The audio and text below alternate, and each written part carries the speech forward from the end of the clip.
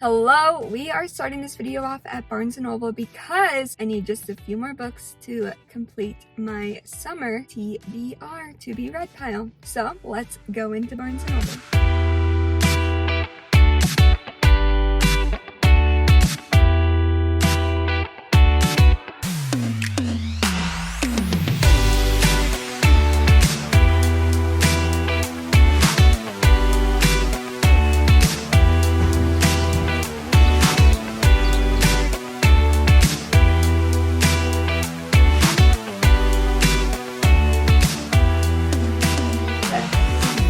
Let's get this show on the road. Well, welcome to my YouTube channel. My name is Anna Eckley. I'm so glad you're here. If you're new here, my videos pretty much consist of Christian lifestyle and also talking about books. Those two things pretty much make up exactly who I am. My goal is that however you came to my channel, that you leave my channel after this video, after multiple videos, whatever, that you leave just feeling a little bit lighter and a little bit more connected to God. And today, I hope to give you some book reading recommendations. I have a stack here that you can't see right now. Today is May 31st, which means tomorrow is June 1st, and this video is going to come out June 5th, I believe. But since tomorrow is officially June 1st, to me that feels like the start of summer. I feel like for me summer is June, July, and August, so I had to complete my summer to be read list, and I'm gonna share the books that I hope to read with you in this video. So how I'm gonna do it, I have the books, I've got them all ready to go, and I also looked up their ratings on Goodreads, and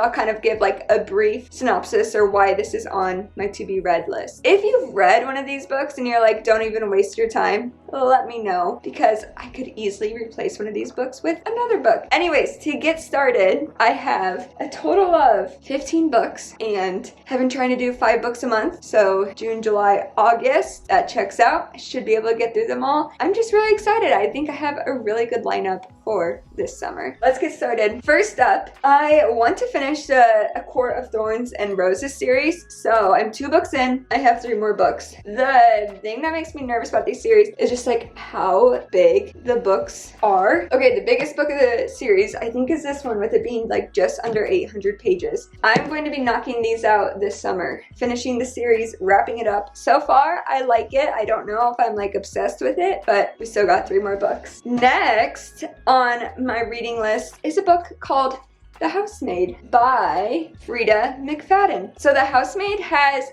on Goodreads 4.36 stars with almost 320,000 ratings, which is a lot, and that's a really good book. So I trust Goodreads. I trust people reading it. One of my friends read it and she said she like couldn't put it down, so I'm definitely excited for this one. And also, I'm just gonna say I don't know what order I'm gonna read these books in. I just like picking whatever book sounds good to me to read next, depending on what I just read and how life is going. It says, from behind closed doors she sees everything, and then the back says, welcome to the family. I smile politely, gazing around the marble hallway. Working here is my last chance to start fresh. I can pretend to be whoever I like, but I'll soon learn that the Winchester's secrets are far more dangerous than my own. So some secret stuff. Up next, we have The House of Eve. This one has literally been everywhere, and it's a Reese's Book Club book. It has 4.3 stars with 24,000 ratings, so not as many as The Housemaid, but that's still pretty good, and I am excited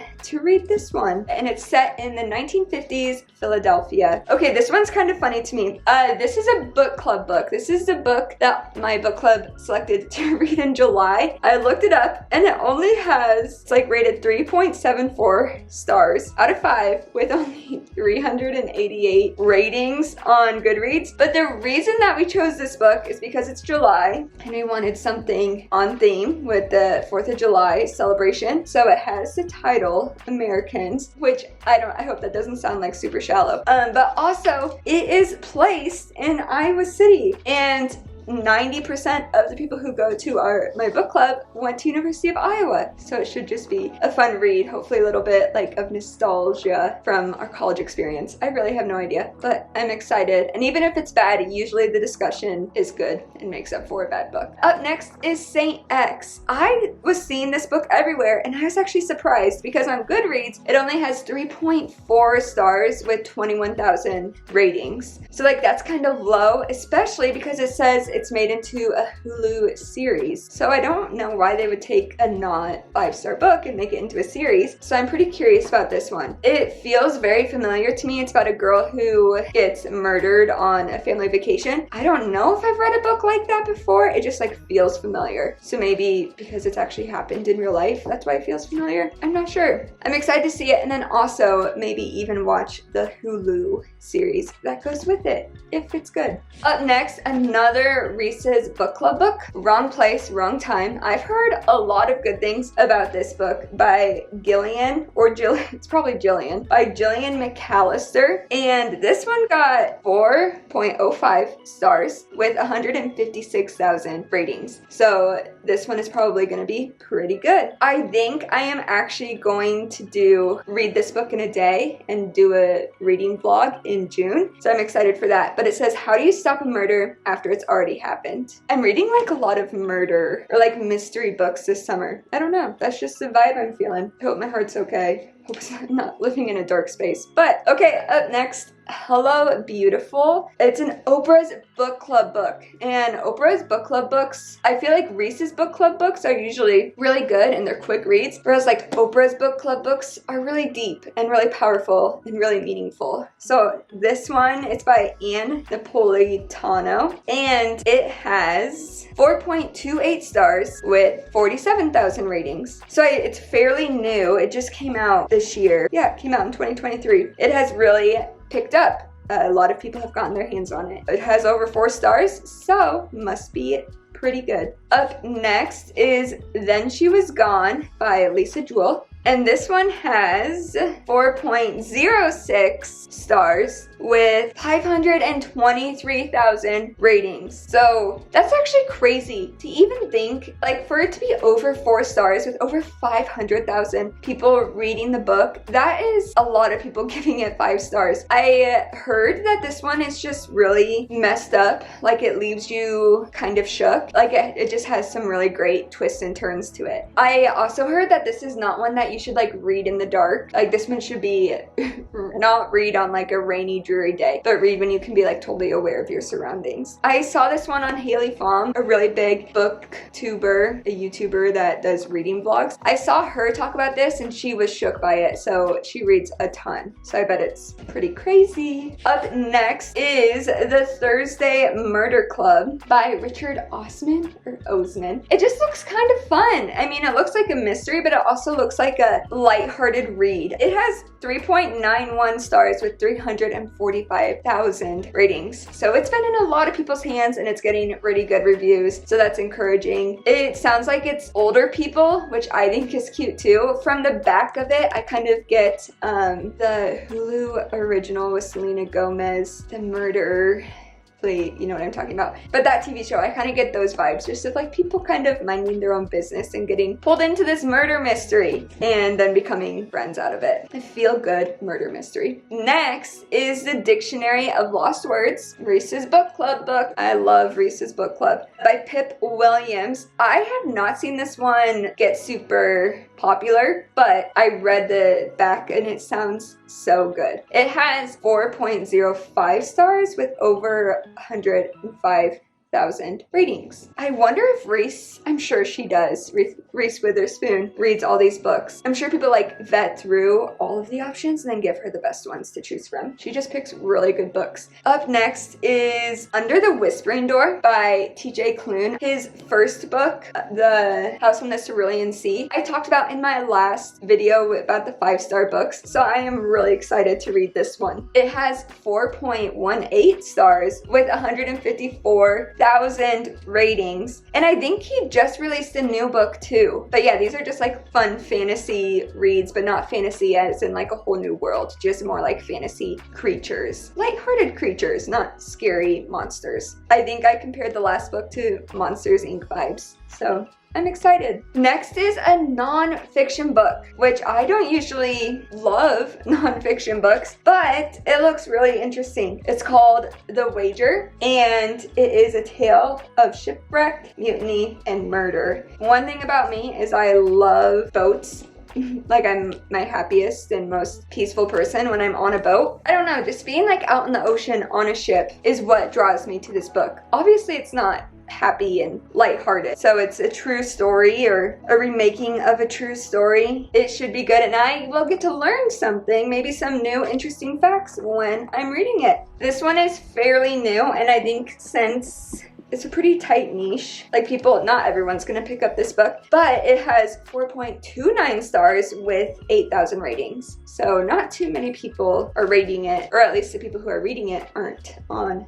Goodreads, which is okay. And the last book I have to get us to 15 books is After I Do by Taylor Jenkins Reid. I really love Taylor Jenkins Reid, and it has 3.98 stars with 129,000 ratings. Yeah, just one I haven't read yet, and I would love to keep chipping away at her books so I can eventually say that I have read them all. And being a newlywed, it sounds like a good book to read. Not that my marriage is in a crisis already, it just sounds like a good love story. It says, this is a love story about what happens when love fades. Our love is not fading, but if it does, I will be prepared because of this book. So those are 15 books that I have picked out. I have 2 more, like if I have time to read them, I will. These have been on my bookshelf for a while and I just haven't gotten to them yet, but I would really love to.